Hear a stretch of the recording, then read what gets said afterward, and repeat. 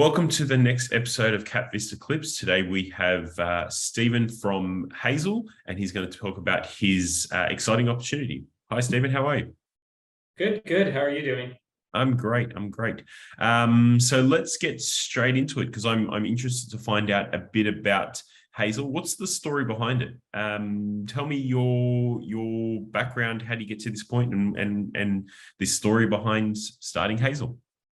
Yeah, I guess just sharing more about my background and how we kind of came to be. Started my career in the finance management consulting side of the house, and then found my way into the startup world, always doing consumer startups, between e-commerce, 3D printing, real estate, meal kits. The journey for Hazel, oddly enough, begins with meal kits. So if you're familiar with like HelloFresh or Blue Apron, I was part of a company called Plated. Joined when we were, really early on and helped grow the company to about $100 million in top line revenue. Was even part of the deal team when we sold the company to Albertsons, the second largest grocer in the US. After kind of completing my tour of duty and, helping migrate the two companies, a year and a half later, I didn't really see it in the cards to join Albertsons, corp dev team in Boise, Idaho. I wanted to build again. So I actually joined one of the Plated co-founders as employee number one to, really revisit senior living and kind of, bring that to the next generation. So, as you can imagine, during my time there, I was immersed with people in their 50s, 60s, and 70s, day in, day out, very much for the first time, just hearing about new pain points. And one of those kind of new needs were bladder leaks, right? Just that's something new to me, and just started kind of probing more and more into this, category. And along the way, that's how I met my co-founder, just given her background and, brand building, user research, all for, women in specific life stages. And, what we realized was like, this is a massive concentrated market. It's growing, call it high single digits, low double digits year on year, which is rare in CPG. And at the end of the day, there was no choice for the consumer. So knew that like this called for a better opportunity. And, when the opportunity kind of presents itself, you don't go looking for it. And kind of on the spot, ended up quitting my job and going full time on this.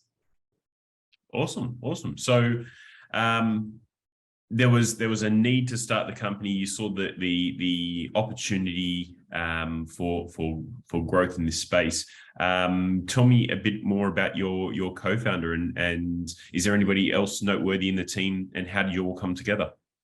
Yeah. So my co-founder Aubrey, so she was basically employee number one from a product design, product management standpoint at a few different startups. Again, all really focused on women in unique life stages, whether it was pregnancy, postpartum, or even the wedding stage. So she was most recently at a company called Zola. I guess in today's world, they're definitely a known name, owning the kind of wedding, planning process. She was the co-founder's first hire there, and built out a team of, call it 6 or 8 different product designers. The interesting thing is within Zola, just given, at the end of the day, they're catering to wedding guests and, the registries, how they make their money. People 50 plus were the primary revenue driver. So, she spent a lot of time just understanding this audience, and ultimately, a lot of those learnings and messaging and all of that really made it into the brand of Hazel. And outside of Aubrey, we have a fantastic team. I think somebody else kind of worth mentioning is our head of product development. So Paul Davies, he's a polymer scientist. He spent about 20 plus years at Johnson & Johnson as head of R&D in their feminine hygiene division. And ultimately, he's, one of the main reasons, we were able to really kind of navigate this space, which has been, the barriers to entry has just been, IP and capital and all of that. And just given his kind of knowledge, we, ended up developing our own unique fibers, as well as our own unique manufacturing, really to, deliver our solution to the marketplace. Awesome. So help me understand the solution. Tell me about the product. Yeah, so I think starting with the problem first, at the end of the day, the existing products are quite terrible. They're expecting women in their, even postpartum or, early 40s to wear something that basically looks like a baby diaper. And the reason for that is it's what big company does best. They take an existing asset and find another audience to sell the product to. And, unfortunately, the manufacturing process within, call it baby diaper, adult diaper, or feminine hygiene broadly, has been locked in since the 80s. So even though there's all of these advances in, the polymer science space, think of brands like Lululemon and, even Allbirds and all of that, the existing manufacturing process for the baby diaper space just can't even handle any innovation. It's just so tightly wound. So what we did on our side was not only did we create, new fibers that are much more breathable, much more flexible and textile-like, but the overall product itself is, call it 40% thinner than anything else on the market. And it absorbs 3 times faster while absorbing as much as a, Depends or Always Discreet product, while, at the end of the day, looking like regular underwear. And all of that really kind of stems from the investments we've made on our manufacturing front. So we, rejected the existing paradigm of non-woven manufacturing and, ended up adopting various technologies to bring our product to life. Awesome. So, I mean, is the industry now playing catch up? Have they sort of seen where you're going, or you're really leading the way in terms of this? I'd say it's pretty exciting because it hasn't had innovation since the 80s, from what you're saying. So it's an exciting space. But what does the industry look like, and what are there any other competitors? Yeah, I think to give you guys insight in terms of like why we haven't seen any change in the category, right? It's like, okay, if change is allowed, why haven't the big players reacted? And the reality is the big players know what the consumer want. When Paul was at Johnson & Johnson, all of the findings that we brought to him was something he had heard over and over again. But the reality is it all, it goes back to frankly, cash, right? In order for the big players to kind of, bring any innovation to the space, they would need to recapitalize all of their existing assets. And, Yep. Just to give you guys some insight, per line for the traditional players, they're, it's about $5 to $6 million, and that's per size. And, just given their global distribution, we estimate it would be, $500 million, if not more, to even bring innovation into the space. Yeah. So that's really been the barriers to entry and innovation. And yeah, from a, kind of a competition standpoint, within North America where we operate, it's mostly, call it Kimberly-Clark and Procter & Gamble owning most of the consumer space. And, there's a function of private label, but it's all, very diaper looking products. And those are kind of products that are focused on just margin compression, and not really, where we're focused on and where, frankly, the actual velocity is. And if you look outside of North America, the same dynamics exist, whether it's Europe with like Essity and Procter & Gamble, or Asia with Unicharm and Kimberly-Clark. It's always 2 or 3 concentrated players, and within CPG, the consumer deserves choice, and that's really what we're bringing to the forefront here. Yeah, and you're lining yourself up, given that you're estimating there's $500 million worth of R&D before they can compete in the space. You're lining yourself up for a potential acquisition in the coming years, because P&G have been very active in the acquisition space of a number of different verticals. So this is a very exciting space for any investors who are looking at an opportunity like this. Yeah, and I think just to kind of lean in a bit more there, when we look at the space broadly, just call it femtech, the median, exit we're seeing is, call it 5.5 revenue, right? Just using Billy as a good example there. And I think, gets us excited given that at the end of the day, we can do a lot of good and bring a lot of change. But then, on top of that, we are a medical device, right? We own the IP kind of start to finish. And I think that just differentiates us so much more. And it's definitely a race to capture market share here. Yeah. So that being said, tell me about some of the milestones you've achieved.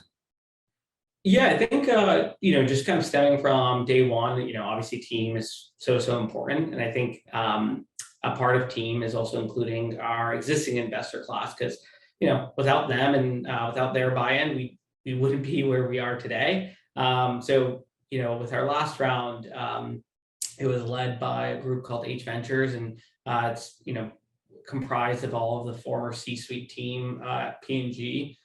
So they know the space really, really well. They really, helped unlock doors and, keep us focused. So we're working with, their former chief supply chain officer, their former chief marketing officer, the global president of our very category. Made sure that expertise was kind of built in from day one. And, the other notable investor to kind of highlight is we have BAM Ventures involved in the business. And, Brian, the founder of BAM, actually was the founder of Honest Company. So very familiar in taking like large categories and, displacing them with choice for the very first time. So saw the parallels in what he did with what we did, and got excited here. But yeah, outside of, building up the team, from a milestone perspective, developing the product, filing our patents, navigating, navigating the FDA, given this is a class 1 medical device, building out our proprietary manufacturing and, launching the business. When we launched, we kind of launched a lot of fanfare, and, Vogue did a full cover on us, our second week of launch. And that really helped solidify a lot of plans for the future. Awesome. So tell me about the next stage of the milestones, sort of the distribution partners, the revenue that you're hitting, because it's an exciting space. Yeah. So, from day one, and again, just given the buy-in that we had from our existing investors, right? It's all about distribution with this category. So we knew that, the goal isn't build a D2C business. It's really, use D2C where it works best, figure out your customer, and then quickly, a land grab game, right? Expand offline, given that, 80% of personal care, not just our category, shampoo, razors, what have you, are all done in a retail setting. So I'm happy to kind of state that in Q1 of 2023 we'll be launching with Target. So for us it's really exciting, just given that this is an aisle that hasn't seen any reinvention in call it in forever. And outside of the big box retailers, we actually are launching within the senior living space. So it's no surprise senior living is, call it, the fastest growing asset in real estate right now. And, I think a lot of, strides have been done to, kind of revamp the overall experience. That also includes, incontinence supply. So we are launching across 400 locations, which is about, call it 50,000 residents. Next year. So, they'll be able to get access to our product. I think the banner that we're launching with owns about, call it 13% of the senior living space. So pretty exciting times for us. Yeah. Okay. So this will lead into the raise, but how much are you raising, and then what's it being used for? Because I assume with these two big distribution partners, part of the raise would be for supply. Yeah. You got it right. So, on our side, we're raising, between 8 to 12. And in terms of, how we're putting those dollars to work, it's really 3 tracks. So, to the point that you identified, first track is retail go-to-market activities, right? It's not only, funding the working capital piece, it's, all the necessary marketing that we need to put in place, as well as, fixtures and end caps that, we're excited to be launching, which is great. And then the next 2 tiers are manufacturing. So given that we are vertically integrated, the manufacturing is novel to us, we plan to make some investments there to be able to scale up the business and scale up production. And then the last, call it major track is team.